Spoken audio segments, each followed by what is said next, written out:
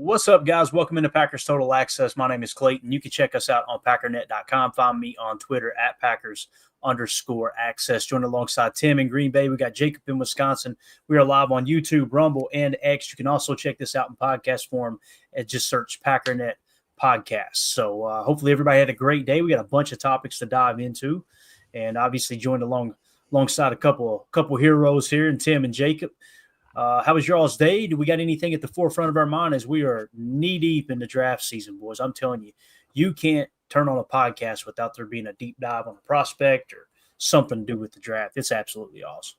For sure. I will say my day went better than Tyleik Williams' day went. We'll just leave it at that. Hopefully everything turns out okay with him. Kind of scary when you see a big monster like that take a tumble. It's kind of tough to watch, man. So did we get anything official on him yet? I haven't heard anything, but we can show the video here real quick if you'd like. This is what Tim's talking about. Tyleik Williams, one of our top-rated defensive tackles, obviously had a scary moment running his 40-yard dash at the pro day at Ohio State. And let me just turn the volume down here. You see, man, his toe kind of gets hung, and I mean, he lands right on that knee. So I haven't heard anything yet. Jacob, have you heard any updates on whether or not he may have heard something, or do you think it was more precautionary the way they carried him off here? Well, I'm no doctor, you know that. But that looks a little more precautionary, although, I mean, he hit with some impact there. That I will say, before he took that tumble, that boy was moving. Yep. He was carrying that weight pretty darn well. Definitely doesn't look good. Like, let's see here. When you see I was going to say you don't see a wobble, but you kind of do. Yeah. You know what I mean? Like how that leg just kind of looked like it didn't support it the right way. And then, right there is not good. Yeah, let's see here. Let's dive deep down the rabbit hole. Let's go half here. This guy's going to go slow-mo. Oh, my gosh. Right. There. Yeah, see that leg kind of pop out a little bit. I thought it was his toe that got hung, but you could see the knee kind of give a little bit. So, and then to add insult to injury, he comes right down on that sucker.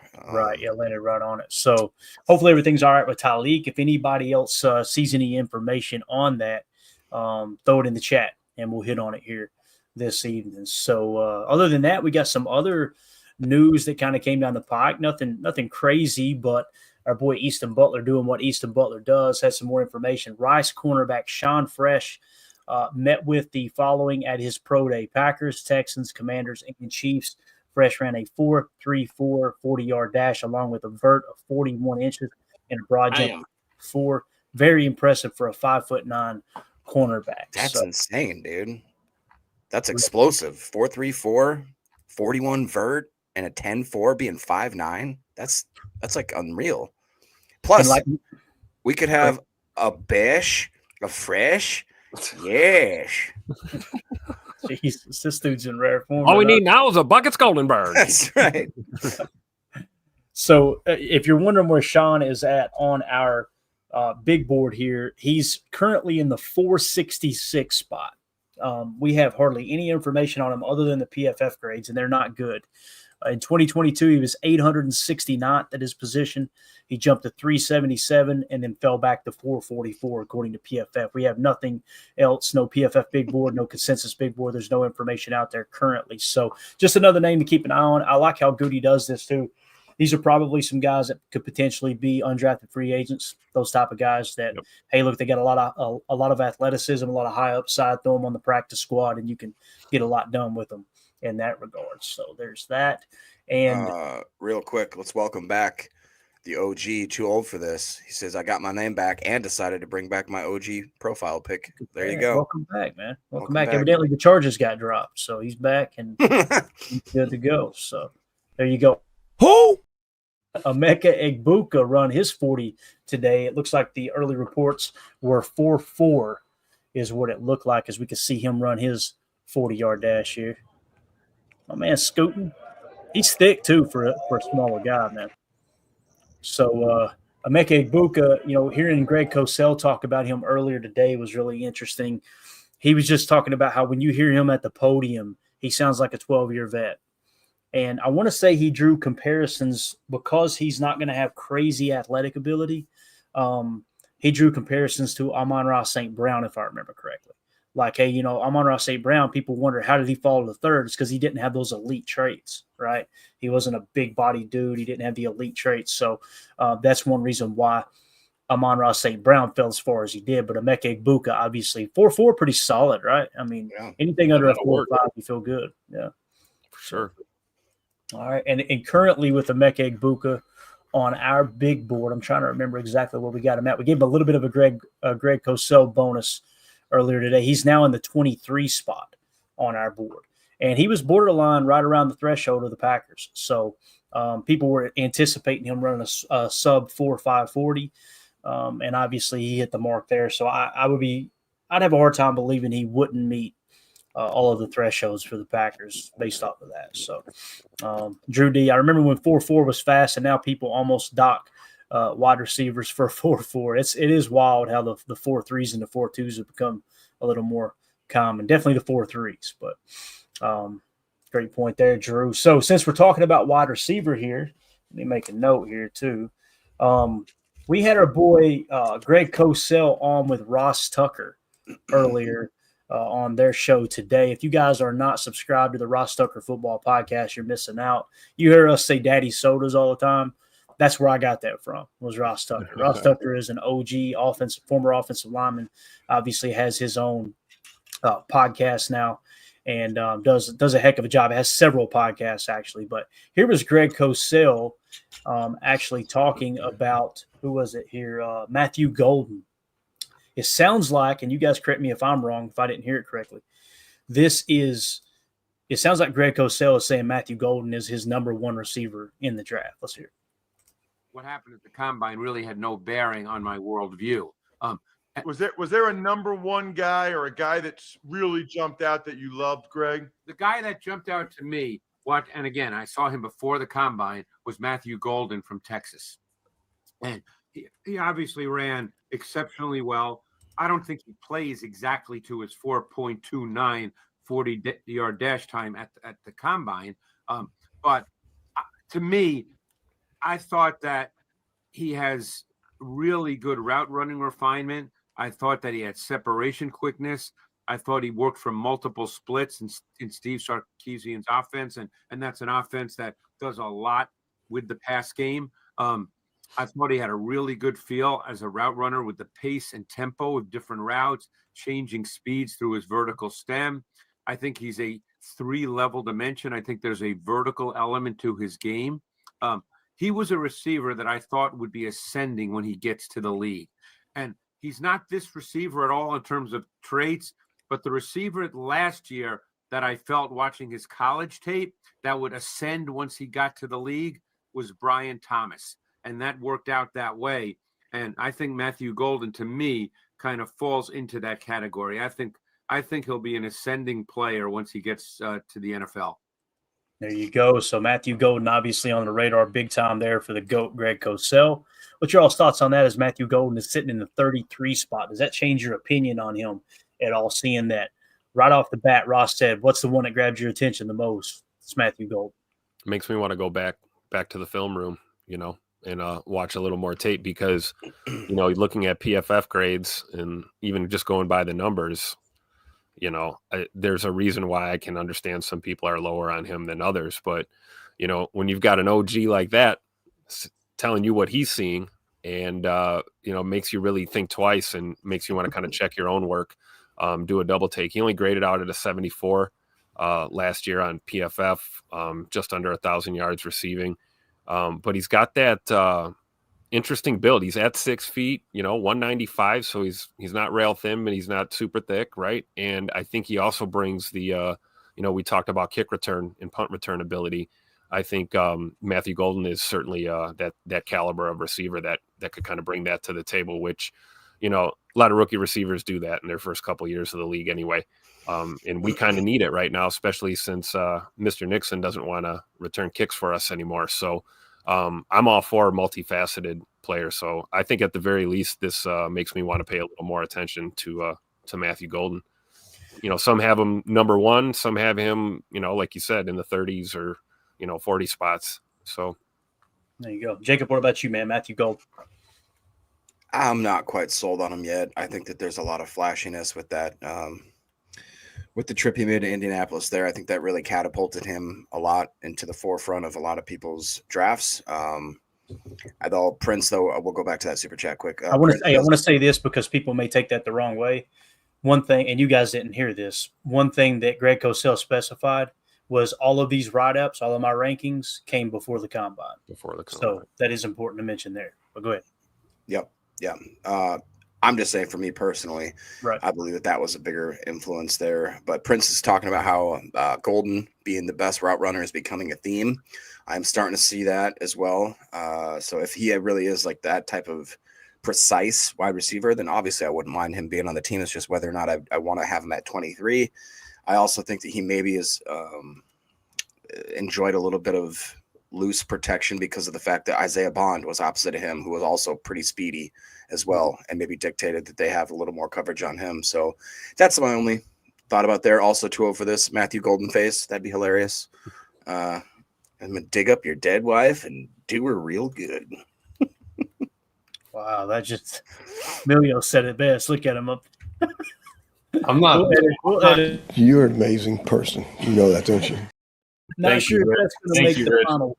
I was not following that up. I wasn't going to be the one that had to talk after that. Rich had to break it up. That's the best line in the whole show. I'll tell you, let's hit this super chat. Thank you so much, Mike. Appreciate you, buddy. Mike Witt with the super chat says, I can't wait to be at the draft and boo the Vikings and Bears every time they pick. LOL. Golden reminds me of Greg Jennings a little coming out. Yeah, I could see that. I could see that. Greg Jennings was a precise route runner. Yep. And the big thing about Matthew Golden, as I talked about too, man, you guys know I'm not a fan of the underwear Olympics. To me, it was just when he ran that 4.240, it was, whoa, didn't see that coming. Yep. But again, in the SEC championship, he had arguably the best game of his career in the SEC championship, which big games, big time players show up in big time games for sure. Emilio, you got anything to add on Matthew Golden?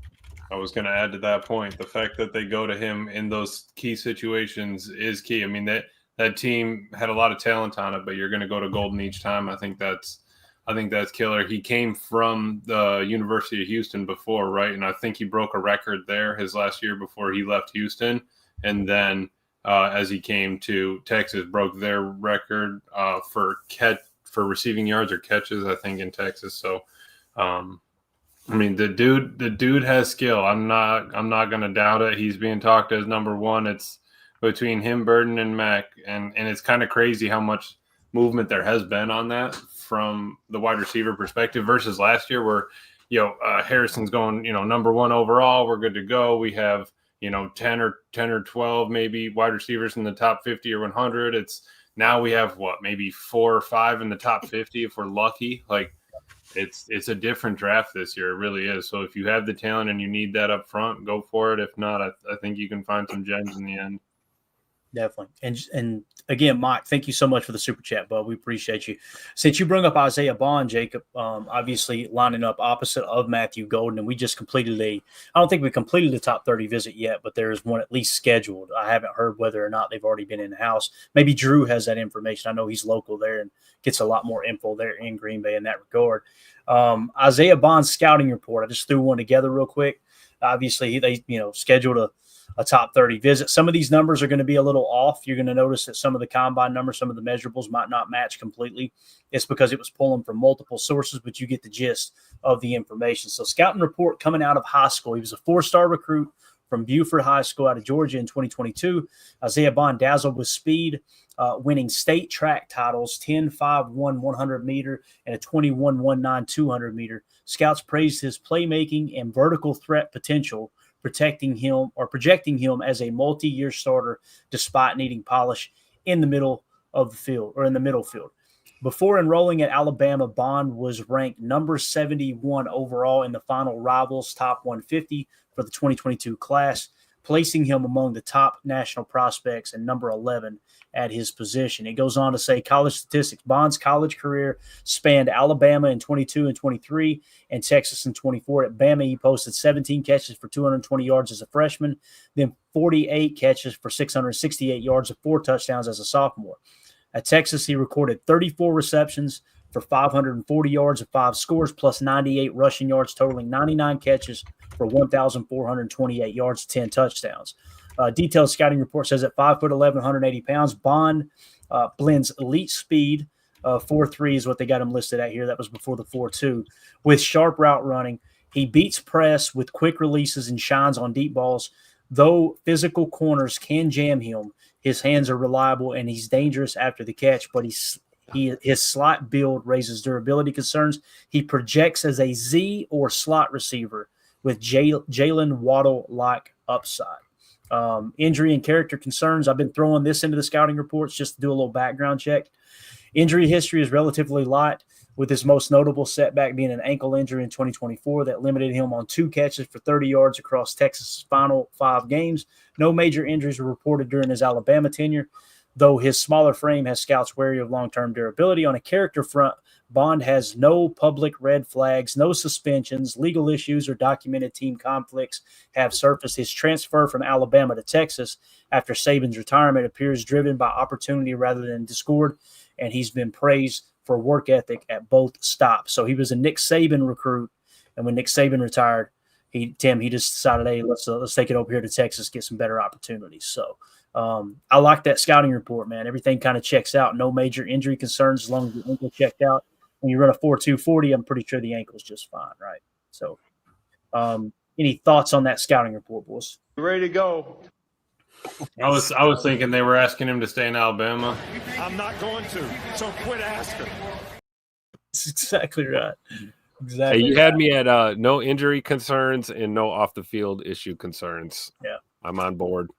Definitely sounds like a Packer guy, right? There's no Yes, doubt sir. about that. And somebody earlier actually had some breaking news in here, Tim, if you want to give me some breaking news. Mr. Chuck Jaggers, Mikael Hardman's contract, $1.17 million with $150,000 signing bonus. Jacob said, that's right. That's called a deal right there. Hit that Walmart discount bin. Exactly. And I've got the details pulled up here. I won't put them on the screen, but we'll read them off real quick. Like he said, 1.1 is the base salary. The signing bonus, $150K. Got a roster bonus of $91,000, workout bonus of $50K. It's nothing. It's absolutely nothing. And the dead cap is $150,000 with that signing bonus. Simply meaning if you do go out and draft a receiver or two and Mecole Hardman doesn't make your team, then you're just on the hook for $150,000. That's it. That's chump change. So good signing there by Good, I think, man. You like Ryan pointed out many times before, you cover your backside there so that if the draft doesn't come to you properly and you can't get a big name receiver, someone that you feel real good about, then what you can do is just kind of press into Mecole Hardman, maybe flex Jayden Reed to the Z and move the Z around a little bit more than you might have done before. Mike Witt with the super chat says, I think Golden will be good. That being said, give me a D tackle at 23. Tim, did you write this? And then trade up early in the day in day 2, I think is what he meant, for Higgins or Royals in round 2. Here's the guy. I like it. I like that game plan there. Anybody have any thoughts on that before we get to Jaden Higgins? Tim, this is a surprise for you, I sir. don't think the D tackle is going to be Tyleik Williams anymore. But I still like the game plan. I want to go trenches early. I mean, O-line or D-line, honestly, at this point in the first. But, it also depends on, got a lot of people picking before us. This board could shape up totally different than anybody's predicting. So you got to go best available, right? Definitely. And since he brought up Jaden Higgins there, I think everybody on this stream is on board with the Jaden Higgins with 54, right? I don't think He was the best guy around. There you go. So here was Greg Cosell and Ross Tucker. I keep wanting to call Ross Tucker Kraft every time. And Ross Tucker talking about Jaden Higgins. I think you're going to be pleasantly surprised with this one because it wasn't like, what do you think of Jaden Higgins? He literally asked Greg Cosell, hey, who's a guy that, who's another guy that you like? Right. And this is the guy that he handpicked along with his teammate, Jalen Noel. We're going to cut that out for time purposes, but here's Greg Cosell and Jaden Higgins. Wow. Okay. Who else you got?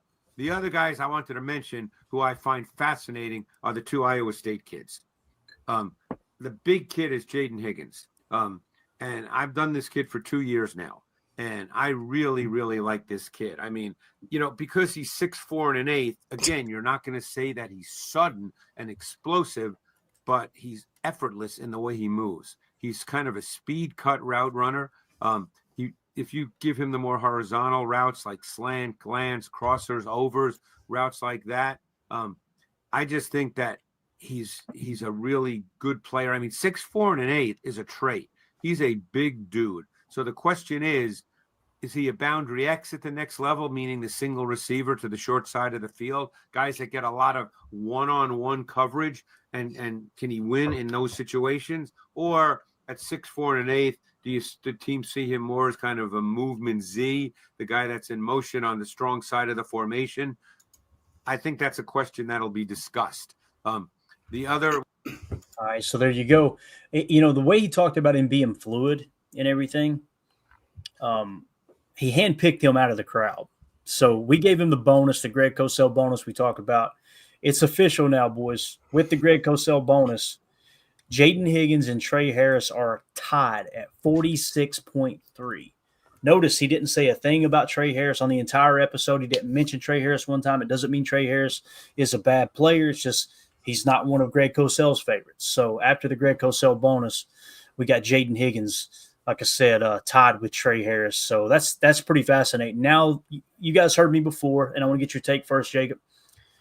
When we talked about these two guys, I would always throw the caveat, yeah, but Trey Harris is higher on our board, right?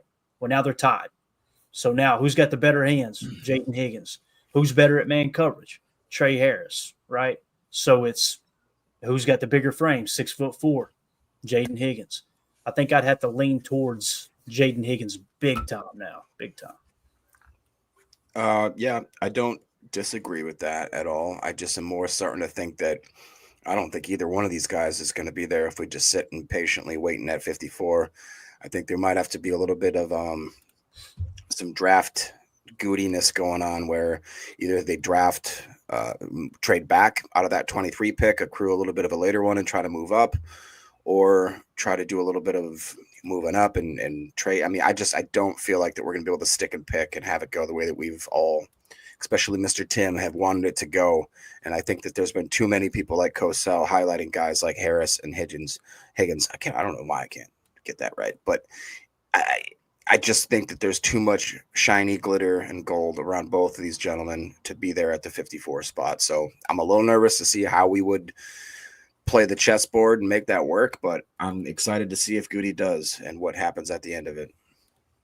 Yeah, and the way he was kind of talking about Noel too was like, hey, he's kind of got that skill too. It's not that, you know, he just doesn't have quite the frame that Higgins has. I'm not mad at it. I mean, if Higgins is off the board, you know, you could make that as an option. But looking at Higgins, imagine when Christian gets back, if you had 2 6'4", 6'5" dudes on the side, I mean, spread out wide, it's jump ball central. I mean, it opens up a lot, but then again, are you looking at it? Is that too many big dudes? I don't know. No. And Zach here, Tim, we're going to get your take, obviously. This is your boy. Zach in the chat says, only way I believe the Packers are able to get Jaden Higgins, who I hope we get, is if we trade down in the first and pick up something to trade up into the 40s to get him. Jaden won't be there at 54. Now look at the latest mock draft information here. The latest mock draft that was done on Jaden Higgins here, at least the information that was put in, CBS on March 25th, so yesterday, had the Packers take Jaden Higgins at 23. Pro Football back in February had the Packers taking him at 23 as well. Now, back in January, you had the Buffalo Bills taking him at 32. NFL trade rumors had the Bills taking him at 29. And, of course, you got the Lions. They had the Lions taking Jaden Higgins at 31, 4 different mocks there by the same guy at CBS. And that was back in October and November.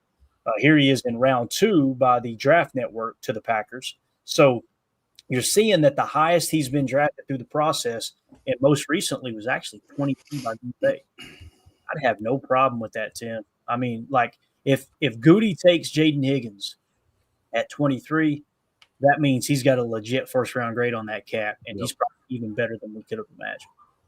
I would be shocked. I really would.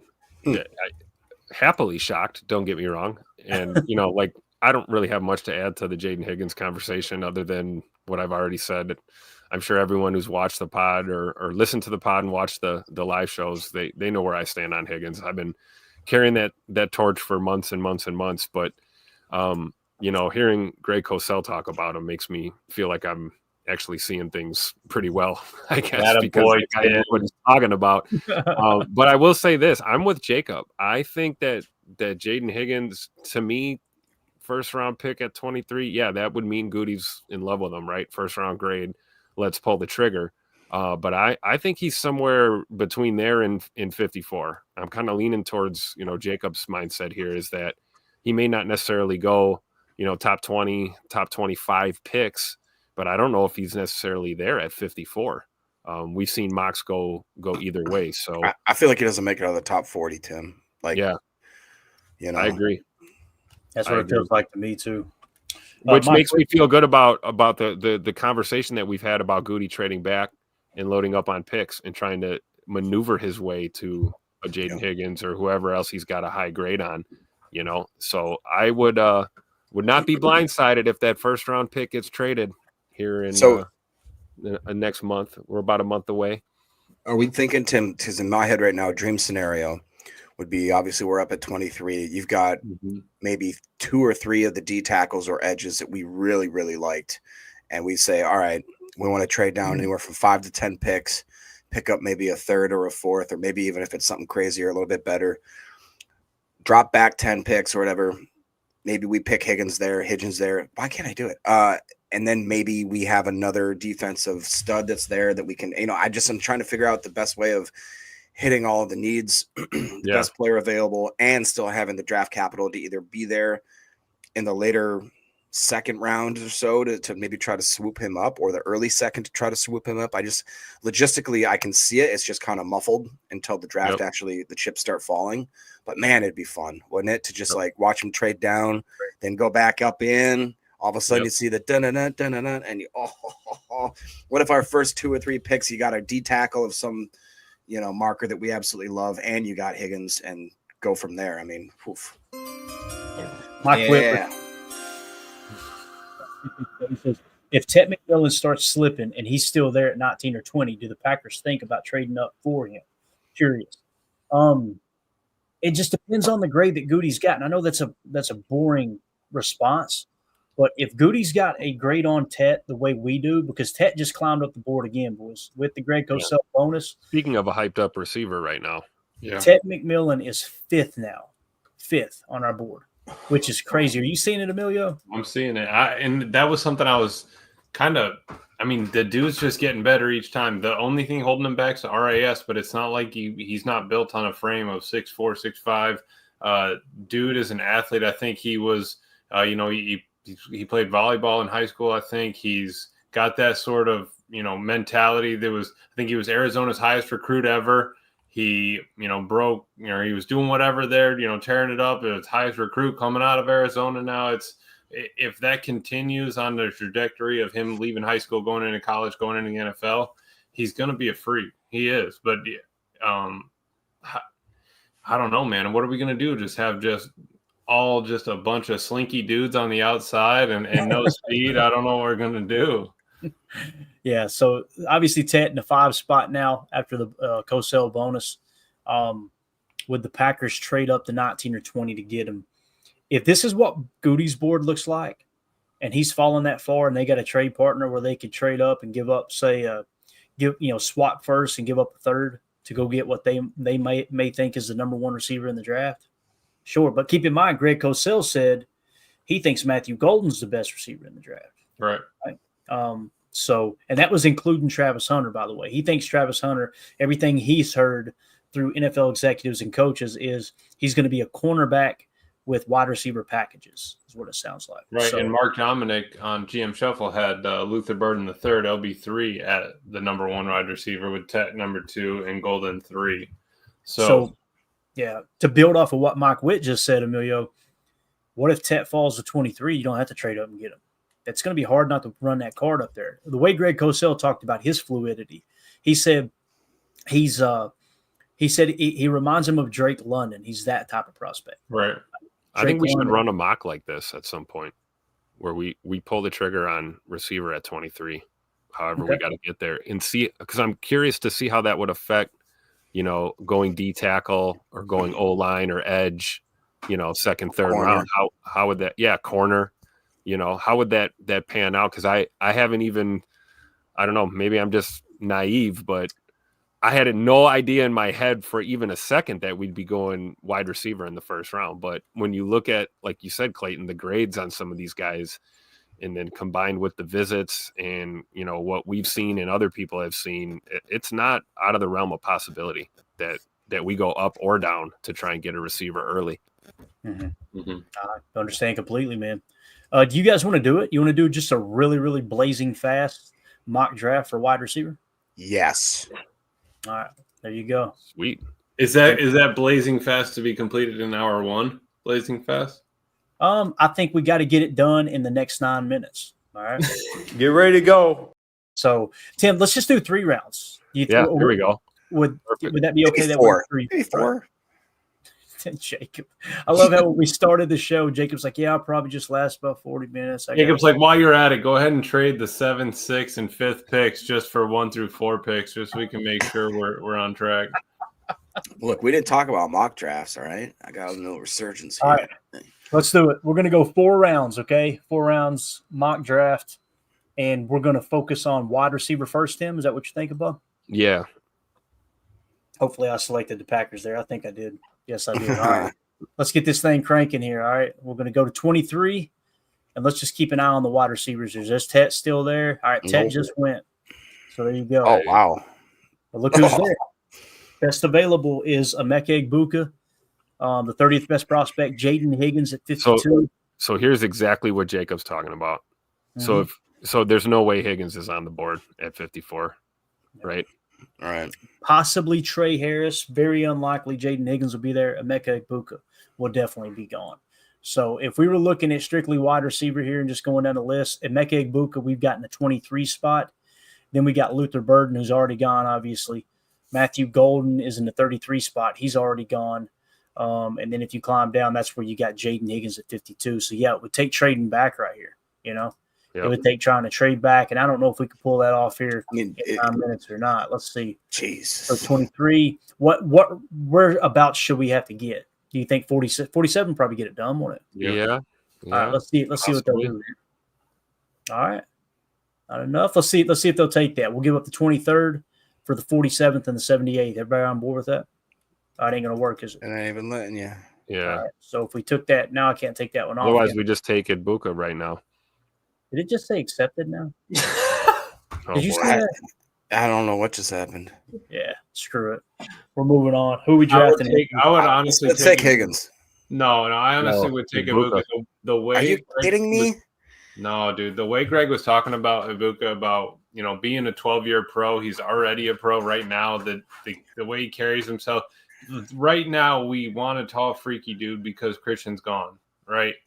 What will we want in the future? Somebody that's tall, freaky dude, dependable, someone that's there, someone that understands the game. He's going to be there for 10 years, right alongside Jordan Love, just spinning the rock. I don't know. Goody was at the pro day today. I mean, isn't he more of a strong slot though? Don't we kind of have that covered? That's the thing. Everybody, when they see a guy that's under 6 foot, they immediately say slot, and it's not the case. He can play all over the place. Yeah, he can. But what was he predominantly? Outside. That's what we talked about before too. That's just like Matthew Golden. Everybody goes, well, he's a slot. Luther Burden, he's a slot. These dudes can play outside. That's exactly what Greg Cosell was talking about. 2024, he played 343 snaps in the slot, 70 out wide. 2023, he played 192 in the slot, 70 out wide. 2022, 276 in the slot, 122 out wide. That's my only point. Bring him in. I don't care. Jacob, we can put him outside. It's just like we do with the O-lineman. We take an outside O-lineman, bring him inside. This is exactly what Greg Cosell and Ross Tucker were talking about. They're like, everybody thinks you've got to kick these guys inside. It's just like, okay, they're not 6 foot tall, kick them outside or kick them inside. And it's just simply not the case. It isn't. So, I mean, we can take him. We can take the best receiver on the board, or we can take Jaden Higgins and reach. It's your all's call. I'd take Egbuka. I would as well. Let's go around. So, all right, Emilio's got it. So, Jacob, who you taking? Higgins? Is that right? Oh, it don't matter. I already got voted out. All right, we're going to make Egbuka. There you go. Next pick. Moving along. Oh, His receiving is tough. So, Darius Alexander at the top of the list here, according to the mock draft database. Okay. can you click on wide receivers just to see who made it through the gauntlet there? Oh, no. Take him. Go ahead and take him. We'll trade Egbuka if we need to. Bro, I'm serious. Let's go. You would take Jaden Higgins here if you already took Egbuka? If that would make the crowd happy. That would make everybody in the fan I hope base. you're buying McCall Hardman a plane ticket already. I mean, Doing I don't. I would love Higgins it. is Yeah. done. I don't think it's realistic, my but it would be gosh. so awesome. Can we look at D-line, please? Harold Fannin Jr., Tim. There you go. Oh, Deion Walker. Look who's there. Jeez. Here's the guy. This is Pretty good draft, Clayton. Look at Edge quick. Oh, man. I love how nobody's even talking corner. No. Jordan Birch at edge, Josiah Stewart, Kyle Kennard. Is Ivy still there? Jacob Parrish. Oh, ooh. Dorian Strong, Kobe. Man, this is ugly. This got ugly quick. Harold Fannin Jr. You take your D lineman. 2 wide receivers and a tight end in the first 3 picks Come on, babe. with a top 10 offense already. Oh, man.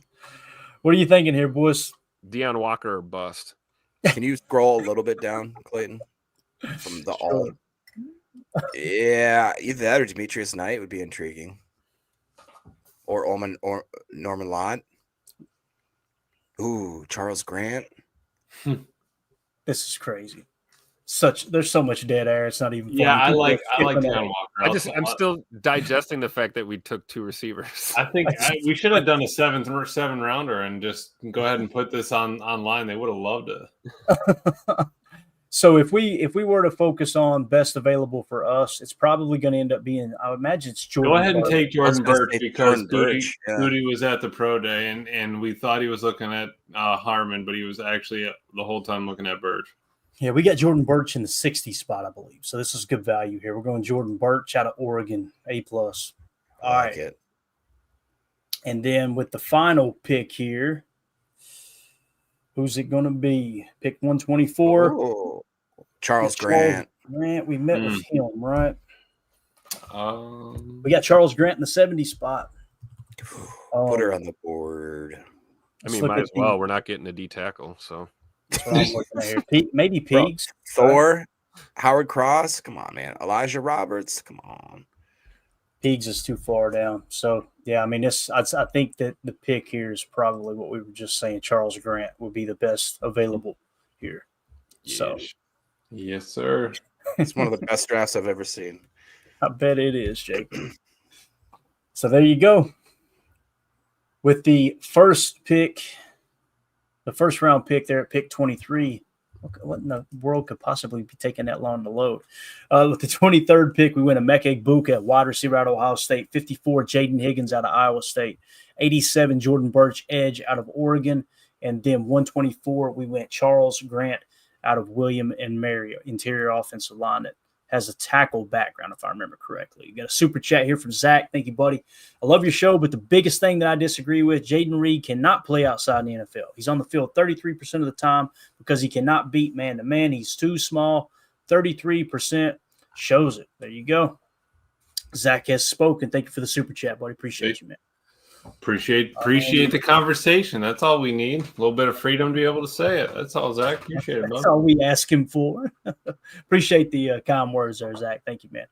Anything else y'all want to add to that quick little mock draft before we move back into some of the other stuff we were covering? You might as well put that You might as well put that out there for the world to see, Clay. That's I'm not posting that on Twitter. I'm not doing that. If we would swap Emeka for maybe like a good D tackle, I think this is a great draft. Oh, now we want a D tackle. Right. King Tron says, Clayton, if you post this, half of the X followers are going to look like that Matthew McConaughey meme smoking a lung dart with the big eyes. Look, we draft 2 wide receivers and Jake comes out of the woodwork. Whoa, look at 2 wide receivers. Exactly. Oh man. Shavink's like, you didn't take Colston Loveland? What are you doing? All right. Any other thoughts on that mock there, boys? Any at all? No, I think to be honest, I don't think they're going to pull the trigger on a wide receiver unless something drops them into the second and the third. I think that they'd rather probably pull the trigger on a fast guy, 6th, 7th round. And just if you just need a speed guy, why are we going to go ahead and spend that capital that's up front if we need to fill D-line, edge, corner, everybody, we need another backer. I think that you can get a little bit more from the end of the draft. Yeah. True D doesn't like how the wide receiver turned out. Well, my, how the turntables. The turntables. Oh man, let's see what Greg says here. Greg says, as Clay said, top 10 offense adds wide receiver in the first and the second. Shaking my head. Yeah, it's a tough look, but you never know. Again, I think that the more that we look into the wide receivers in this draft, it just screams second round. There's going to be a little cluster there that you could kind of take your pick. We've seen Jaden Higgins fall here. We've also seen some of the most recent mock drafts that we showed just a second ago with him potentially going the 23rd pick in the first round. Like, that's crazy that the Packers would take him with the 23rd pick, but is it? Because when you hear people talk, what's the knock on Jaden Higgins? If you were to say Jaden Higgins is the first round pick, what is the rebuttal that he's not a first round pick? Like, how would you argue against it? I'm genuinely asking. There's no wrong answer. I'm trying to think of one myself. Like, it's not the size. It's not the speed. Yeah. It's not the hands, right? It's not the lack of ability to get open against man coverage. It's not a small school. Yeah. That's it, right? That's probably the only thing is Iowa State maybe not playing, the greatest of competition. So I can't wait, man. You know how awesome it's going to be if we're sitting at that draft party and Jaden Higgins goes in the first round. Like, seriously, the live reaction on our show is going to be bananas. Probably going to be a monitor or two broken in the old Airbnb. So, but there you go. There it is. Emeka Egbuka at 23, Jaden Higgins 54, Jordan Birch 87, and then at 124 we went Charles Grant, offensive lineman out of William and Mary. That's going to do it for hour one. For those of you listening on the pod, we will see you on the other side for hour two. We appreciate you more than you know. All right, welcome in hour two. Let's start just real quick, because a couple people in the chat, I think, were a little confused. The whole purpose of that little draft was to go wide receiver in the first round to see how it affects the rest of the draft. So if y'all came in a little bit late, that's the whole reason. We weren't being serious there. We're just more or less trying to see how it gums up the works, which you could see it clearly did, forcing yourself into, which again is another way to step back and be like, you don't draft based on need. We have to do this in the first round. The second you start that mentality, look what happened. You end up looking like a clown shoe, Mm-hmm. Exactly right. And just here to Zach, I got you, buddy. Sorry, Zach said, sorry, my super chat may have been out of line. I guess I'm kind of just lost where I'm wrong. Dude, we're not saying you're wrong. You're live in America. You're free to say. We got to be able to have a discussion. That's totally fine. I was just pulled up quick numbers on him. He only got 16% of the target share, 75 targets. He got caught a deep ball in triple coverage. It's not that he can't do it. I'm not saying that we're not going to put him outside, but he's 5'11", so is the cutoff 6 foot. 30. It's numbers we can pull. I get it, but we got to keep an open mind. There's a lot of people trying to get the rock. We were trying to feed Tucker Kraft. There's a lot of people that gets the offense going. I don't think that we need to, frown on Jay Reed or whatever if his numbers aren't there. Right. And listen, Zach, your super chat was not out of line, bro. Right. Yeah, that's it. We have differing opinions. There was nothing wrong with your super chat, man. And you're not the only person that feels like that. Now, if I were to try to make my case on why I think he can play outside, it's because we've already seen him do it. We've seen him line up in the Z. We've seen him motion. We've seen him motion across the formation, and with cheap motion, the ball snapped and him run a wheel route, catch it, and take it to the house. Like we've seen that his rookie year. We've seen, like Emilio talked about, even though he's lined up in the 2, which would somewhat be the slot, depending on where everyone else is lined up. You've seen him run a deep, is essentially a deep post that turned into a deep climb route. He caught it in triple coverage. Yeah. We've seen him go back his rookie year. You remember the Saints game remember the final drive, or not the final drive, but the go-ahead drive that gave them the lead? Who did Jordan Love go to? They ran, it was either a dagger or a Haas concept where Jayden Reed was in the 2 and he ran a slot fade and made a diving catch deep. Like, you see him make play after play after play off vertical routes. And we try to hem, not you, but we as a fan base try to hem these people up. We see he's under 6 foot. Nope, can't play outside. And I'm telling you, the reason his numbers weren't even down. This is what's crazy about Jayden Reed. Right. He improved on every number last year other than touchdowns. With less targets, Clay. That's 2023 had 94 targets for 793 yards. For 2024, he had 75 targets for 857 yards. Right. And that's the whole point, is like the only thing that changed with Jayden Reed was his targets went down. Now, if the complaint is, okay, why did the targets go down?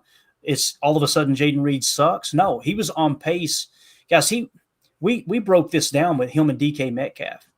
If he had gotten the same amount of targets as DK Metcalf, he smokes DK Metcalf's ass in statistics. I mean, smokes him. He's finished with like 11 or 1,200 yards receiving, right? So why did the target share go down?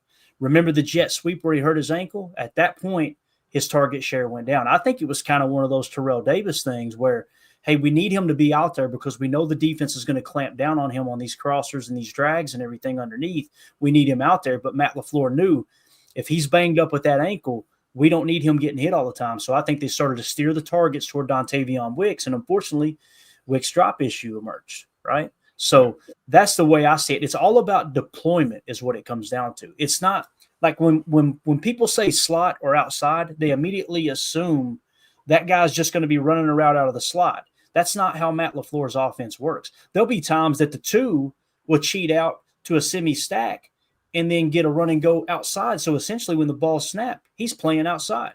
Like there's a number of different ways that they approach it. And when you're looking to incorporate other receivers into your offense, defenses are watching the tape.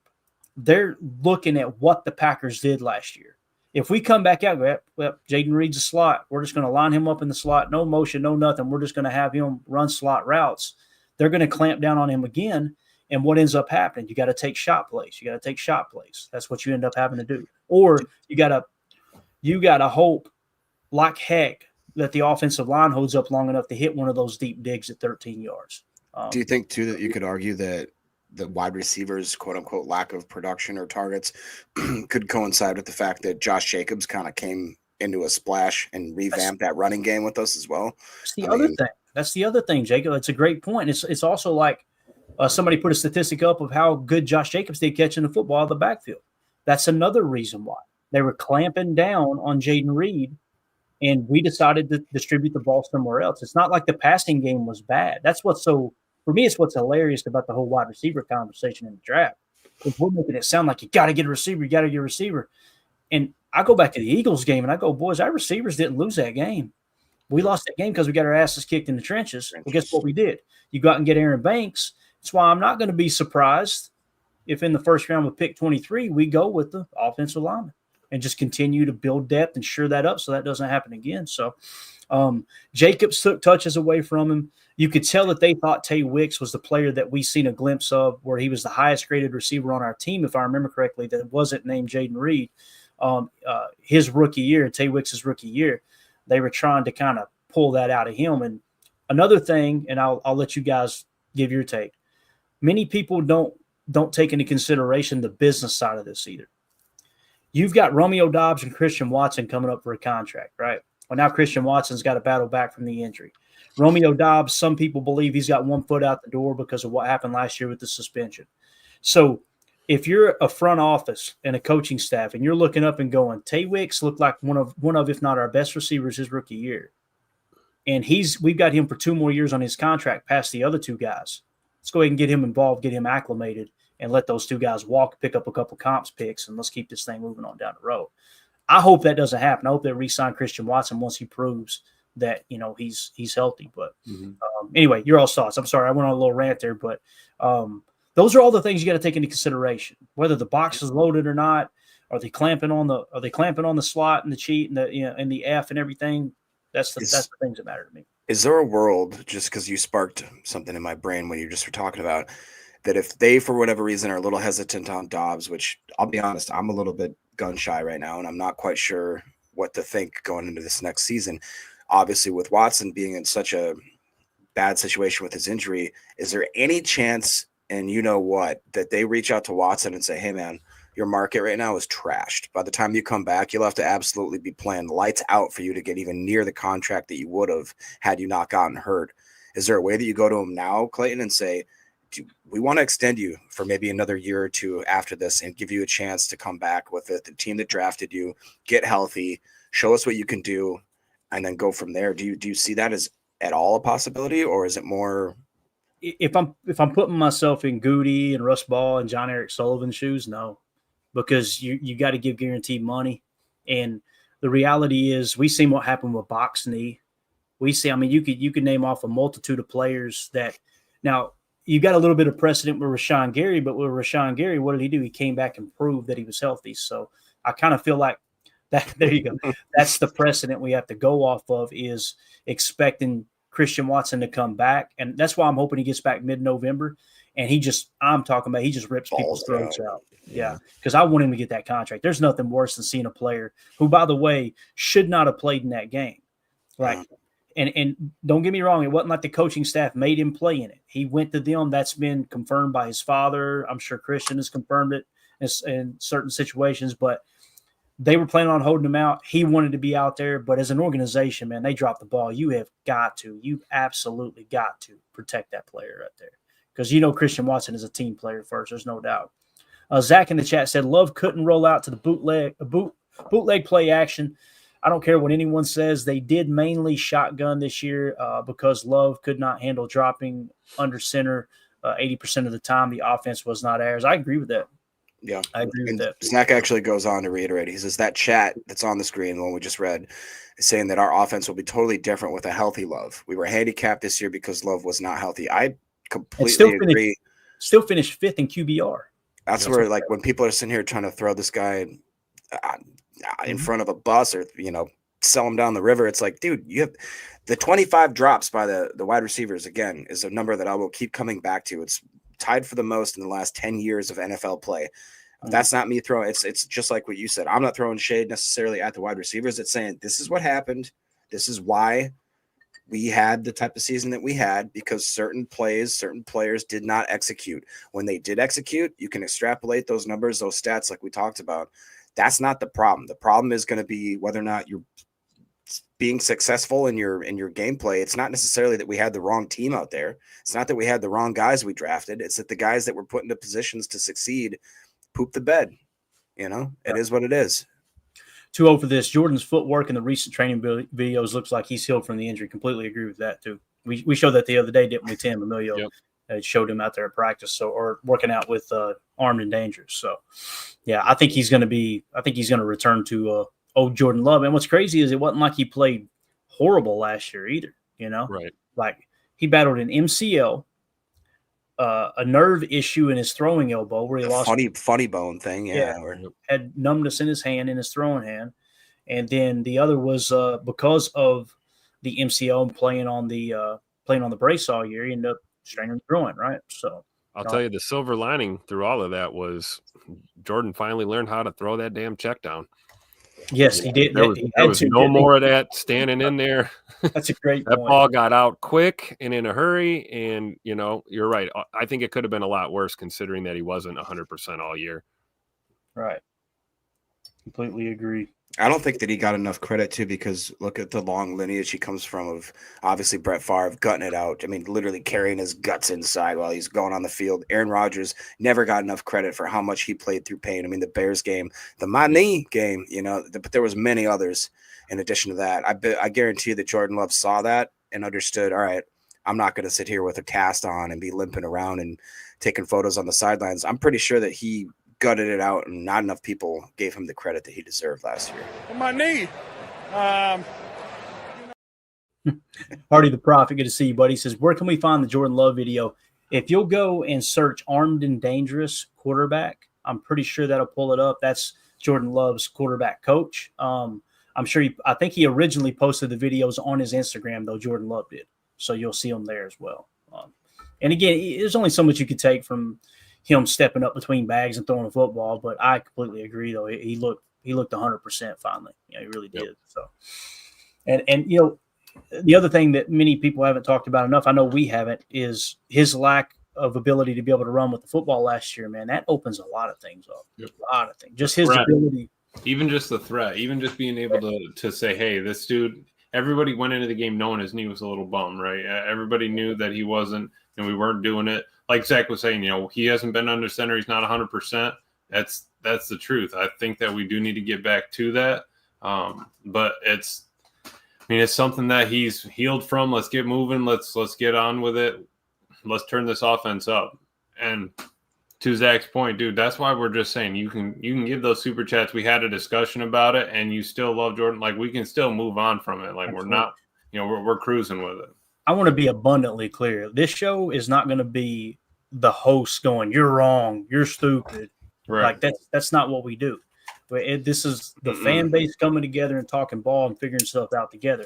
Now, I will say this: if somebody gets in the chat talking about "that's stupid, you're wrong," blah blah blah blah blah, they're gone. Because we ain't got there's no place for it. There isn't. Everyone has an opinion. As long as everybody's being respectful, I want to hear more opinions than less. That's where I've learned the most. We just had a 15-minute conversation about it. Everybody fleshed out their points because of it. I mean, that's what you need. And now you go have a daddy soda, kick back, and enjoy your evening. You know what I mean? That's the way it works. So some other news. I don't know if we hit this, Tim. Do you remember if we hit this when this news broke? We did not. I don't think we did. I don't think we did either. I don't know what was going on that day, but I just revisited it and wanted to kind of dive into this real quick. But Easton Butler had put a tweet out. This was some time ago, and I can't see the date. Actually, if I scroll down, maybe March 15th. So this is about 10 days ago. Offensive lineman Esa Pole was a top 30 visit, or has top 30 visits lined up with the following: Packers, Seahawks, Chiefs. This is the first top 30 pre-draft visit reported for Green Bay. So he was actually the first top 30 pre-draft visit there. So what we did was put together a quick little write-up on him. And this dude, I'm telling you, I fell in love with this cat right off the bat. Listen to this background. This is Esa Pole, all right? And here's what it says, blah, blah, blah. We'll just skip through the majority of it. Pole, who stood out at his pro day at 6'5" 1/4", 323-pound frame, and 0 sacks allowed in 2024, is gaining attention as the Packers look to reinforce their offensive line. And it's a scouting report coming out of high school. Esa Pole did not play high school football. An unusual path for an NFL prospect, a native of Oakland, California.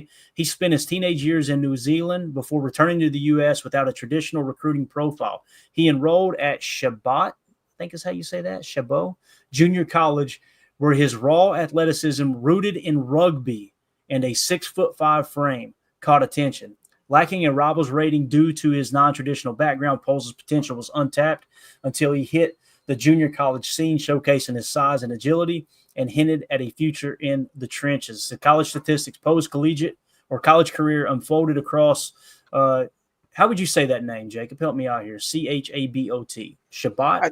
I'd say that's Chabot Junior College. I think I've heard it called. But Chabot Junior College. And Washington State. At Chabot, he started 2 seasons at left tackle, though detailed stats are sparse. Transferring to Washington State, he started 21 consecutive games at left tackle in 2024. Per PFF, he played 498 pass blocking snaps, allowing 0 sacks and 9 pressures with an 81.2 pass blocking grade, top 20 among FBS tackles. His run blocking grade of 68.4 was solid, contributing to Washington State's 37-16 upset over Texas Tech in 2024, where he paved lanes for 143 rushing yards. Look at this cat. Tell me you don't want that. Like, seriously, he's most offensive linemen you look at and you go, yeah, they got some fat. That dude looks like he is stout. Measured at 6'5" 1/4", 323 pounds at Washington State's pro day. Pole boasts a 33 5/8 inch arms and a 7.30 relative athletic score. His standout trait is pass protection, where he uses length and strong anchor to neutralize edge rushers. Rarely getting beat clean, 0 sacks in 2040s. Quick off the snap with a wide stance that swallows bull rushes. Though his hand placement can lag, leaving him vulnerable to savvy counters. In the run game, he's a people mover on down blocks, but lacks elite lateral agility with a 5.22 second 40, struggling to reach second-level defenders. Pole projects as a developmental left tackle or swing tackle with starter upside and a power-based scheme. Injury and character concerns. He has no major injury history on record, starting every game for 2 years at Washington State after 2 healthy seasons at Chabot. His durability is a plus, though his 323-pound frame and rugby background raises minor questions about long-term wear. Character-wise, there's nothing negative to note. He's described as a quiet, hardworking prospect. Training with ex-NFL tight end Lee Smith in Tennessee ahead of the pro day, Pole's commitment shines through with no off-field issues or team conflicts. So it goes on to say Pole's draft stock sits in the mid to late rounds, likely 4th to 6th, 0 sacks, 2024 season, and pro day buzz despite no combine invite have him trending towards day 3, with some mocks placing him around picks 120 to 150. Analysts see him as a sleeper, with Bleacher Report ranking him outside of the top 100, but noting his upside. The Packers hosting for him for a visit could target him in the 5th round to groom behind Rasheed Walker, though teams like the Bengals or Saints might snag him early for tackle depth. This dude right here might be your next backup left tackle. Remember that name. I don't know. There's something about that, man, with the background, the personality. This Thick. Packer, man. Seems like a What do y'all think on Esa Pole? They're late in the draft. Yeah, apparently it's pronounced Chabot, is what I found on the internet. So I want to say, I don't know if French is the right word, but anytime you see that combination of a B-O-T after a C-H-E, it usually turns into the she. So go ahead, though, sir. Appreciate that. I totally be on board with it. It looks like the Packers have kind of found that little diamond in the rough, and it makes sense that a lot of the other scouts look at a guy that's never played football in high school, that was in New Zealand, it looked like, that never really had a – but I'll tell you what, that wrestling background is about as – I put that on the same echelon as the rugby background. I've known a couple of the craziest dudes I've ever met in my whole life play rugby. Like, I mean, absolute just ankle biter, knee biter, eating nails for breakfast type people. So I think that this guy could fit. He could fit a mold. And imagine if he's like, doesn't have the wear and tear of a guy that's really never played left tackle his whole career, but now he's just slipping right into it like it's like a second nature. That's pretty intriguing to me. Yeah, it really is. And it's one of those get off the bus guys, Emilio. You know what I mean? It's like you want that dude walking off the bus first. He just looks like that's the guy you're going to take into a bar fight with you. Absolutely. You said he has a wrestling background, so I threw the emoji on there for rugby, not wrestling. Oh, Jacob. Yeah, so you know what? It's close enough, I think. Get that right. No, but seriously, he dropped 12 spots on PFF Big Board. I think that it's good that you're getting your eyes on someone like that. It's something that you probably wouldn't see elsewise without bringing him in, right? So. That's not bad. -1 RAS, so he was in the 7+. It's crazy too, man. If this picture right here, and I believe it was, they said that was a pro day pick, I think. If he was 323 pounds, like Dave says here, man, he's jacked. Like you can see the oblique and everything there. Like that dude is, he's gonna be an ass kicker, I think. And Tim, no sacks given up. Like, I mean, when you hear about a player who didn't play high school football, had a rugby background, you think, okay, well, he's got to, he's probably going to be raw. I mean, you go out there and just play for the entire year last year and 0 sacks, stayed healthy. That's pretty awesome. Mm-hmm. I mean, some people are just naturals. You know what I mean? And we talk about the comparables between, rugby and American football, the game that we love. And I can see why it makes a lot of sense to put him on the line. Looks like another interesting prospect to me. Let's take another tackle and turn him into a guard like we always do, right? But Tim, you know why he's interesting is I pulled up the 2024 numbers. Pass block grade 85.8, run block grade 57.3. That's what I'm talking about. And I like what it said in that article too, in the write-up, Clayton, about like in a power scheme, because I feel like I think we're going to see a little bit more power run out of this LaFleur offense this year, at least mixed in a little bit. I know we did a lot of zone run, but I'd like to just see some big boy power run scheme here with Josh Jacobs and, some big dogs like this blocking, it's a great point, Emilio. Like the pass block is one thing. You got to be able to protect Jordan, but it's a whole nother thing if you can move bodies in the run game as well. So and the fact that he didn't play football at all in high school and is, Right. A top 300 prospect and seems to just take to the game pretty naturally. Anybody who drafts this guy is going to have a great prospect going forward. He might be a 1 to 3 year developmental project in the NFL, but doesn't mean he's not going to turn out to be an absolute monster. So worth keeping an eye on him. Two things to that, Tim. Most drafted by Green Bay Packers, 47%. Then it's Chiefs at 12%, San Francisco at 11% based off PFF numbers. And second, we don't need him because we've already got a guy named Travis Glover. Good Lord. We don't even need our boy Esa Pole, all right? How dare you? Hey, Tron, thank you for the super chat, buddy. I'm hoping this is the comment. And Jacob, I think you found it. I appreciate that. Yep, I got it. Says, question, with the way the receivers' reaction to JJ saying we need a proven receiver earlier this year, do you think a round 1 receiver would start a locker room divide? Silly, I'm sure, but who knows? I don't think it's silly to think that could potentially happen. You could tell it pissed Jayden Reed off. He immediately went to Twitter, right? And Josh Jacobs, I think, is a great teammate. I don't think he was saying anything there, to upset anyone or create division. But it's one of two things are going to happen. Either someone's going to get pissed off and shut it down and be like, well, the heck with that guy. I ain't playing for him. Or they're going to get pissed off and go, oh, I'm going to show him. I think it's the latter. I really do. So I hope this wide receiver core comes out and just shuts everybody up. You know what I'd like to see happen? I'd like to see one of the best receivers fall right in our lap, us draft them, and they not even see the field because our receiver just absolutely balled out. That would be awesome to me because I'm rooting for these dudes, man. Especially Jayden Reed. I just do not understand the hate on him last year. It made no sense whatsoever to me. He gets hurt, the targets go down, and his production was still there. And I'm telling you right now, I have challenged everybody. Find the drops for me. I know he dropped passes. Don't take this the wrong way. But there were some of those drops where he's laying out, diving for the ball and this and that. And it's like, I'm sorry, man. Not all of those are on him. They're not. And the fact that, like we said, with far fewer targets and the guy still, what was it, 800 and some yards, whatever it was he finished with. He's a spark plug on 75 targets and 55 receptions. Yeah. Again, you guys go do the math. Compare him to DK Metcalf. Give him the same amount of targets as DK Metcalf got, and you'll go, damn, DK wasn't that good, was he? Especially if everybody was ready to run Jayden Reed out of town. So. With a long of 70, catch percentage of a 73%, and yards per target of 11.4. There you go. All right. Tim, which direction you want to go now, man? We can go history, or we can go with another prospect profile from one of our top 30 visits. What would you like to do? You're calling the shots here, sir. Is it an offensive prospect or a defensive prospect? We've got both. You could pick. I'm always down for a little defensive prospect talk.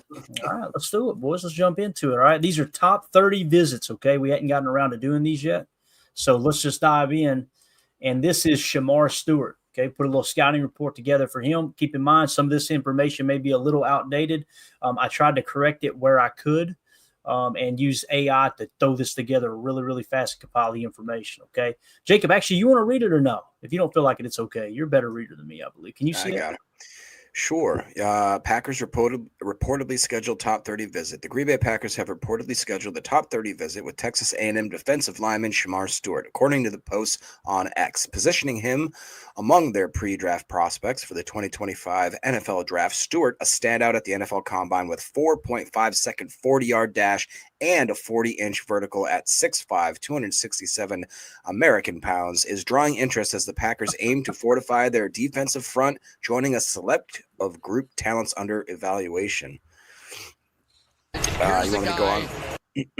This is talking about his scouting report coming out of high school. A 5-star recruit from Monsignor, Edward Pace High School in Miami, Florida. Shemar Stewart was a top-tier talent in the 2022 class. Evaluators raved about his rare blend of size, speed, and power, clocking a 4.7 40-yard dash at 6'5", 255 pounds as a senior. His dominance on film, disrupting backfields and chasing down ball carriers, earned him the number 9 overall ranking and number 2 defensive end spot in the Finals Rivals 250, marking him as an elite prospect with limitless potential. All right. I'll take back over here. College statistics. Stewart's 3-year stint at Texas A&M showcased steady growth. As a freshman, he recorded 23 tackles, 1.5 sacks, 4 tackles for a loss across 416 snaps. His sophomore year dipped to 11 tackles, 1.5 sacks, and 318 snaps, mostly as a reserve. In 2024, he broke out as a starter, posting 31 tackles, 1.5 sacks, 5.5 tackles for loss, and 1 forced fumble in 12 games, with an 82.2 or 88.2 PFF run defense grade and 33 pressures. Career total 65 tackles, 4.5 sacks, and 14 tackles for a loss over 37 games. I'm not sure if that was up to date at the moment. If you guys want to cross-check that sack total from last year, because it may have been pulling it before the season was over. Sometimes that happens. So, detailed scouting report at 6'5", 267 pounds, combine measurements. Stewart pairs a chiseled frame with 34.25-inch arms and a freaky athletic profile, 4'5", 840, 10-foot, 11-inch broad jump. He's a force against the run, using length and explosive power to stack tackles and reset the line of scrimmage, often peeling off blocks to make plays. His pass rush flashes are tantalizing. Speed-to-power moves put tackles on skates, but his arsenal remains raw with inconsistent hand usage and limited bend around the edge. Stewart thrives as a 5-tech in odd fronts, projecting as a high upside end with Pro Bowl potential if coached up, though his 4.5 sack college total tempers expectations. So, injury and character concerns. Stewart's injury history is minimal, with no major setbacks reported across 3 seasons at Texas A&M, starting all 12 games in 2024. His frame suggests durability, though his aggressive style could invite wear over time. Character-wise, he's a clean slate. No suspensions or off-field issues have surfaced. A 2-year starter and Senior Bowl participant, Stewart's motor and work ethic earn high marks, with coaches noting his growth from a raw talent into a disciplined defender. And his draft projection, it says Stewart's draft stock spans late first to early second, buoyed by his combine explosion and traits. Bleacher Report ranks him number 33 overall, while ESPN's Phil Yates lists him as the number 5 edge prospect, hinting at a top 20 ceiling. Mock drafts peg him between the picks of 19 and 40. With the Packers, it says number 27. That was a typo. Number 23, a plausible fit to pair him with Rashawn Gary. His rawness might slide him to day 2, but his athleticism ensures he won't last past the top 50 for a team betting on upside. I'd be surprised if he makes it out of the top 15. What's your all's thoughts after reading all that on Shemar Stewart? Obviously a highly touted prospect along the entire way. I was going to say top 20. Top 20. Yeah. I mean, reading that stuff, it's hard not to fall in love with the kid. It's just I've been burned before by Goody by looking at the broken. I think I'm ready to have it broken again. But I don't know. I mean, he really, that 34-inch arms, almost 11-inch broad. I mean, the vert's there, absolute stud. It's just like you look at the production. Why didn't it translate into numbers? That's what makes me just scratch my head a bit and take a step back and pause a little. But boy, if he's one of those guys he's such an absolute athletic freak that you'd have to think that if we get him in the door, you'd at least be happy about it, right? I'm not going to be Respect Orange says maybe he can make us forget about LVN. The thing is that was what LVN was. He was a ball of clay that was absolutely a freak, physical freak. And again, that's why I'm a little hesitant to go down that path again, because we've been over and over. Quay Walker, even Devontae, these guys that are not necessarily productive in their careers, but on paper look like they should be the best athletes of all time. It's just not being transferred over. I want more of a Kyle Hamilton type where the numbers don't look that great, but he's a baller and he's there to play football, and he's going to play football every single snap for you. Yeah, Tim, this was your request, man. Defense. We got him in the 16 spot, but man, it's hard to ignore the lack of productivity, the low PFF grades, all those things, right? And as Greg Cosell said, this dude is elite in every trait across the board. He just doesn't know how to rush the passer. What you take, Tim? Brutal honesty right there. I love it. What is the Shemar Stewart in a lot of ways looks like a Goody pick, and then in a lot of ways looks like he's not a Goody pick. I really don't know where to stand on him. I feel like we could do worse, but I feel like we could do better, depending on where we're at and what Goody's going to do with that first round pick if he does in fact move it and try to load up. I don't know how aggressively they're going to pursue him. Do you think Goody pulls a trigger on him at 23? I think that was the whole purpose of the top 30 visit, Tim, is to gather that information to decide on that.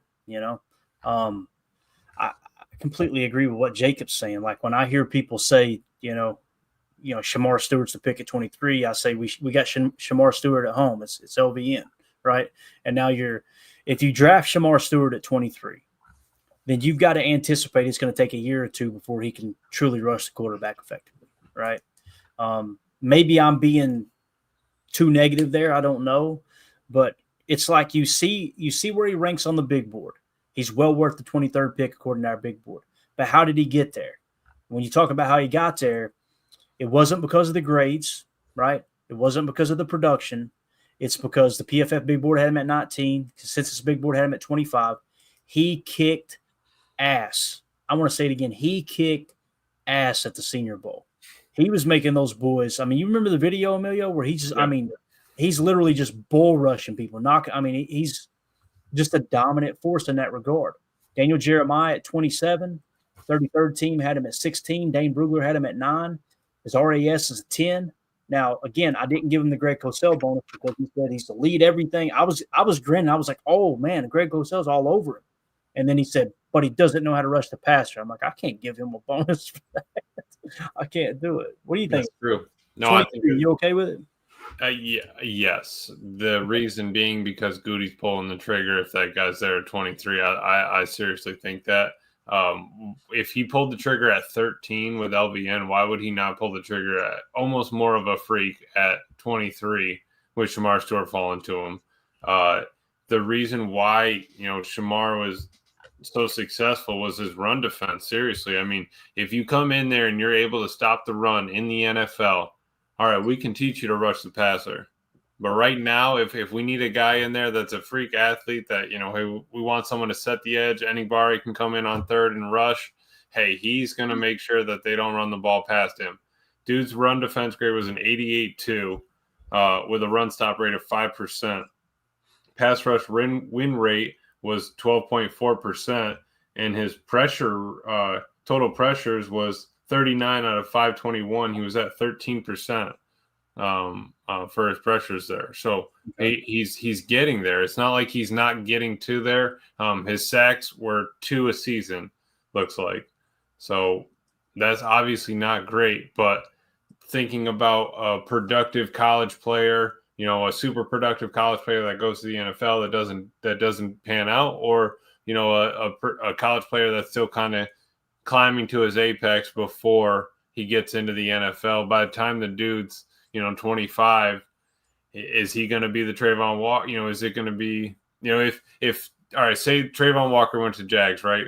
Would you be mad they took Trayvon Walker number 1 overall? Would you be mad if we took Shemar Stewart at 23 and had that same kind of production of Trayvon?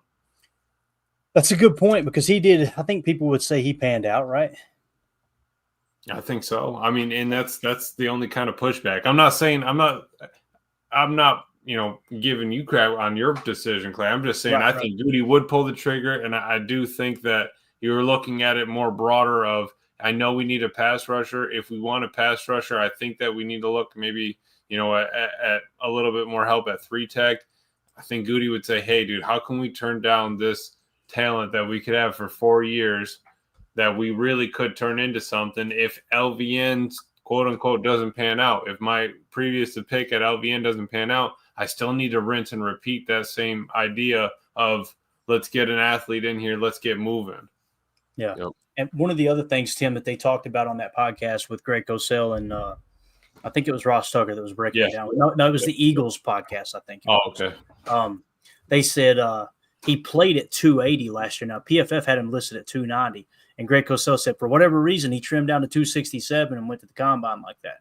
The fact that he could drop that weight like that and then come back up, and they immediately asked him, so is he like a 3-4 defensive lineman? Can he play defensive line 3-4? He said, I see him more as an edge. So that's a dude, you could put some weight on him and turn him into like an elephant in or something.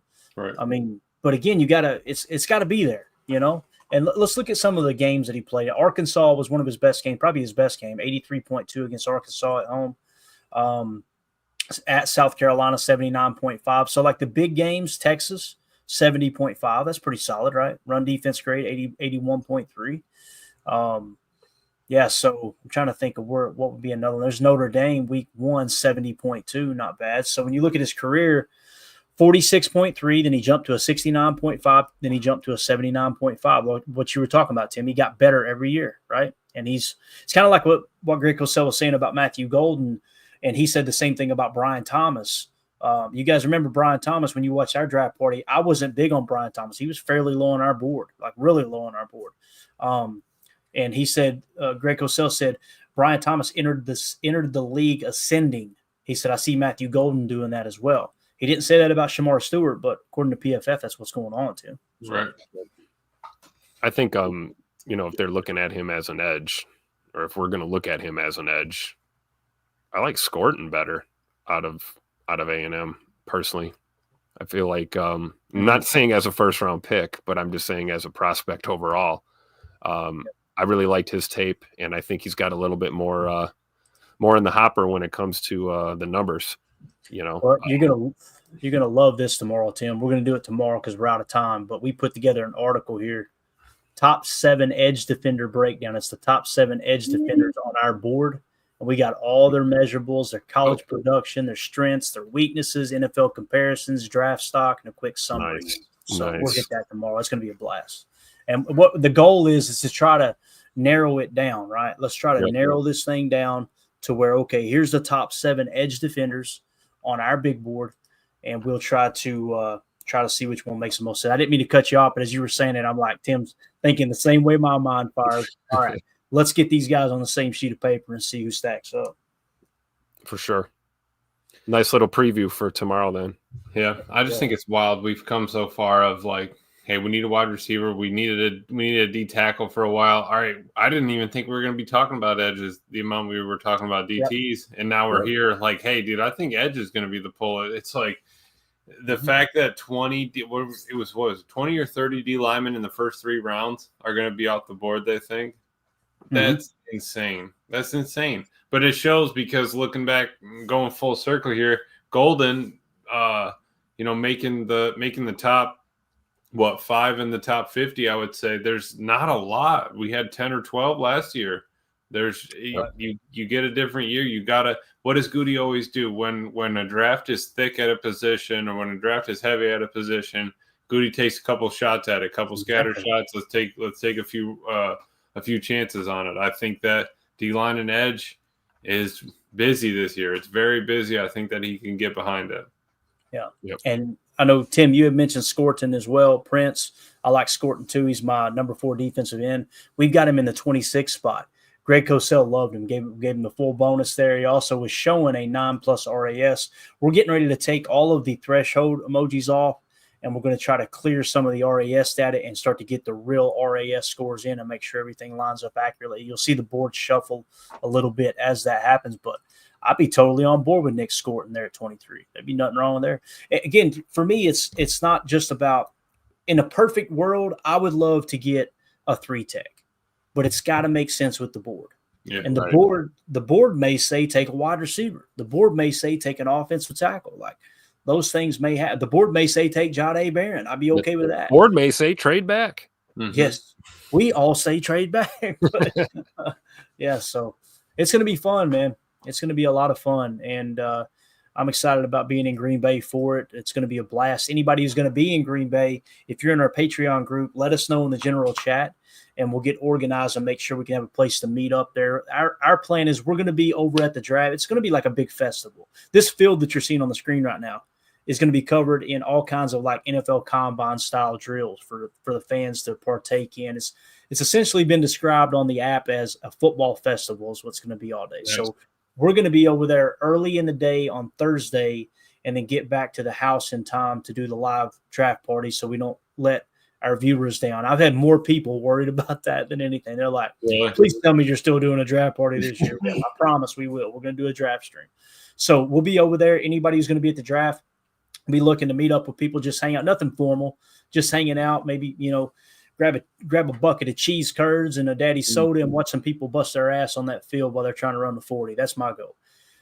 Cheese curds and my stomach hurt all the time, but I do eat them though.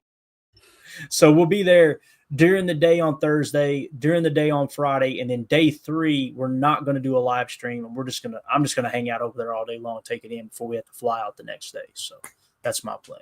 Until Clayton's there for 2 hours, like, you know what? We probably got enough time to run back to the house. Like, you know exactly how my mom works. That's exactly what's going to happen. I can already see it coming. Mandy was sitting in his chair earlier, and she was like, "Are you having fun?" Because she seen me stressed and trying to get the show together in time. I went, "I think so." And she was like, "You got to stop trying to make everything perfect," because I'm big on like being organized, making sure it flows. Because I mean, here's the reality: like, everybody in the chat, the people that are listening to the pod, y'all are taking time out of your day. Like, that's valuable to me, man. You could be listening or watching anything in the world right now, and you're choosing to hang out with us. I just want to put the best product out there, man, and do it to where we have fun. And that's why and the guys are too, like, no BS in the chat, man. If somebody's being rude, they're being an ass and bringing the chat down, what we call a buzzkill, get them out of here. You know what I mean? So, but you want to bring a point and say your piece? Fine, fair. Say your piece. All right, we can have a discussion and move on. That's definitely why we got the flag behind us, folks. That's all I'm saying. That's where it represents. Let me just ask you this real quick, Clay and Tim. If we were to even give Nick Scourton Shemar Stewart just a -1 from Greg Cosell, he would jump Walter Nolan at 15 and Mike Green at 16 and Mike Green at 14 on our board. Say it again. I'm so sorry, man. Say it one more time. I'm sorry. Yeah, I screwed it up anyway. Shemar Stewart, say we give him a -1 of Greg Cosell, right? He would jump Walter Nolan and Mike Green on our board, and he would set himself in at the 14 spot at that point. That is crazy. This is what he's talking about. Look at the board here. He's sitting in the 17 spot. If we gave him just a -1 over here, right, then it would jump. He would jump. Shemar Stewart would jump Walter Nolan, right, and Mike Green, and be the second best edge defender on the board, and real close to James Pierce, real close. So I'm just saying, we might need to sleep on that one. I know, the way he talked about him. And you still need a run defender, Clay. I struggle with that bad, man, because it's like it's hard to, like Emeka Egbuka. There was during that 2-minute clip where he's describing Emeka Egbuka, I went -5, baby, -5. And I went, no bonus. And I went, wait a minute, no, -5. And I'm like, I kept going back and forth because you take the positives and the negatives and you got to group them together and go, okay, where does Greg Cosell truly sit on this guy? And when he started comparing him to like a Monroe St. Brown and this and that, I'm like, holy cow, like that right. Maybe, yeah, that's why I settled in at a 3. So like with Shemar Stewart, he did, man. The first 30 seconds of him talking was just, this dude is elite across the board. I'm going, holy cow, we're gonna have to give him a 5-point bonus. Right. Like maybe Shemar Stewart is the guy. But then he said, somebody got to teach him how to rush the passer. I'm like, but is all that hype, is all that love worth just give me a -1? Can I stand on the hill for him? I don't know. Man, you like this guy almost as much as you like Travis Glover. No, come on, Tim. Don't play that game. My boy Travis is up there. No way we're gonna let Nick hop that. Yeah. Appreciate what you said there. Who was it that said it? Gosh, I pulled it off. Clint, thank you for the kind words, Clint. Appreciate you, man. Hardy the Prophet, the super chat. Thank you, buddy. He says Emilio has the flag to throw ice off his scent. Amen. Hey, he already knows. That's terrible. Won't give away the secrets. That was the most subtle. All right, guys, that's it. Y'all hit that like button for us. Subscribe to the channel if this is your first time swinging through. We had a statistic come across the board last week with our weekly recap. We had 10,000 new viewers. 10,000 people who never watched our show before watched our show last week. And Emilio jumps my ass all the time because I don't ask people to sub. I don't ask people to like. Just a second. Just go on there and click. If you're on your phone, you're already logged into YouTube. They're not going to let you do it without it. Click in there real quick. If you're at home, if you're at your neighbor's house, like Greg Rice is probably watching at his neighbor's house on the big screen, just go ahead and just sub there real quick with them. That's all we need. A little sub. Patreon's in the bio. Yeah. Patreon too, guys. It's a fun. It's evolving too. Like what's crazy is as we get into the regular season and everything in training camp, the Patreons right now it's all draft. The Patreon is going to shift to OTAs, and we'll talk about the OTAs update. So you'll be able to just literally log on to Patreon and get the latest up to date news on what happened at OTAs, all that stuff. So and I'm in there too. If you got a question, we can a little messaging in there, a little draft board talk. Absolutely. But the most important thing right now, clearly, is our man United Bates here says, "Here's the guy." Hey, thank you, Tim. That was exactly what I needed. Gifting 40, man. Bates, you are absolutely the man. Said, I turned 40 today, pulled my back, putting on my shoes, sleeping upside down tonight to try to reverse this. Look forward to PTA every day and looking forward to many more years. Go, Pack, go. Hey, we appreciate it. Cannot thank you enough, Bates. While you're at it, go ahead and elevate the legs, get them above your heart. Maybe we can get the blood pumping through there. But besides that, man, I appreciate you, everything you've done for the show and given to the show, man. Happy birthday, Bates. You've been here since day one, man. And I know Tim will vouch for this too, man. You're nothing but a blessing to us. Hopefully you're going to be at the draft. If you can't make it, I completely understand. Definitely somebody I want to be able to meet up with and just thank you in person, man. You've been supporting us since day one, and you're awesome, man. So yeah, get better soon, man. Hopefully your back feels better soon. Welcome to 40, man. Welcome to 40. That's what I was going to say too, Tim. But I didn't want to. You know how it is. I don't know. I'm not a doctor. Man, I wasn't sure because I got a little ways to get there. You got a long ways, buddy. Yeah, you good, 30 yet? You didn't even hit 30 yet. Oh, later this year, Tim. Later this year. That's right. He don't look a day over 12 either. And Bates, if you're not in the Patreon, we need to get you in there, but I'm pretty sure you are. Yeah, I'm sure he is, man. Yeah. Patreon's where to be, guys. So again, it's just a way to stay connected and support the show, and also win free stuff. On Saturday, we're going to be giving away an autographed Mason Crosby card with a piece of a jersey on it as well. Really cool piece of memorabilia, done by, I think it's called Panini. I hope I'm saying that right. That was donated by another awesome listener, Jazambi. So you guys are great, man. Again, Bates, thank you so much. Chuck Jagger says, damn, $40, we need another mock. No, we don't. I'll send that 40 spot back to Bates and save my marriage is what I'm going to do here, okay? So, but again, Bates, thank you. Thanks to everybody with the super chats. Mike Witt coming through heavy tonight. Appreciate you. Zach, thank you, buddy. That was good conversation. Appreciate your opinion, as well as King Tron, Hardy the Prophet. You guys are awesome. Of course, Bates with the big 40 spot. Tim, Emilio, appreciate you, Tom. Jacob had to go to the office. As always, always calling. Hey, it is what it is. We'll see y'all tomorrow. Everybody have a great night. There we go. Bye, guys.